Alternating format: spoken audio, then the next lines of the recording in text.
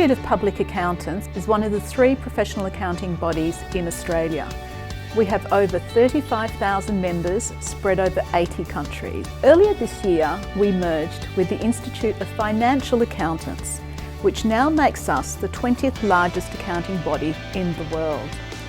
Our main focus is around SMEs and small business, and this reflects the fact that about 3/4 of our members work in and around this space and are advisors to these sectors.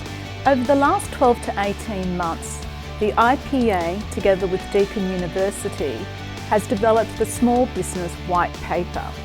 During this time, we consulted extensively.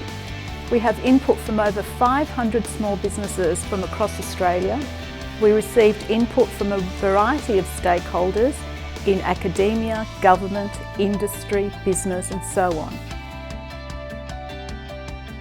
The Small Business White Paper looks at a range of policy recommendations to government, which has been developed against a backdrop of an uncertain economic future.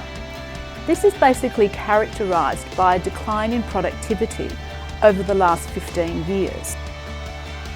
So why is productivity important?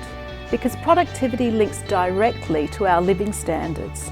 So if we want to sustain or improve our living standards, then we really need to look at ways to boost productivity. So what the Small Business White Paper looks at is how to boost productivity in the critical SME and small business sectors. Because as we know, a great contributor to GDP in Australia is the small business and SME sectors.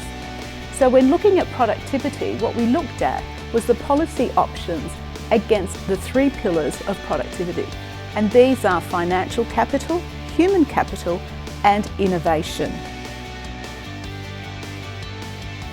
Specifically, the policy options that we've recommended are around access to affordable finance. This includes a loan guarantee scheme, ways to better introduce and create a more mature venture capital market, and even crowdfunding, which is now being developed in different countries around the world. We've also looked at regulation, including deregulation. We've looked at taxation reform, education and upskilling of the small business and SME sectors, competition policy, especially around misuse of market power and unconscionable conduct. All of these are to create a level playing field for small business, plus exporting and trade, because these are critical factors and strategic options for developing the small business sector.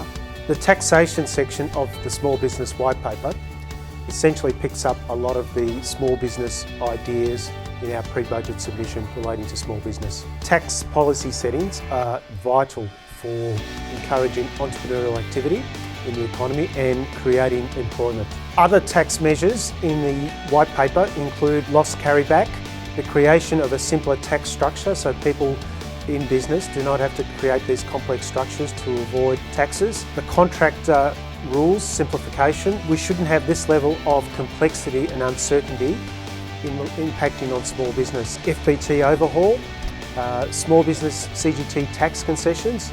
A lot of those incentives or concessions are at the end of the business cycle. It would be great if we grabbed some of that money and redistributed it to the startups and the growth phase of the business life cycle. And lastly, definition of small business. So we're looking at a redefinition of what constitutes a small business, which is the gateway for a lot of the tax concessions. The tax system needs to incentivise innovation. A vibrant small business sector is important to the Australian economy.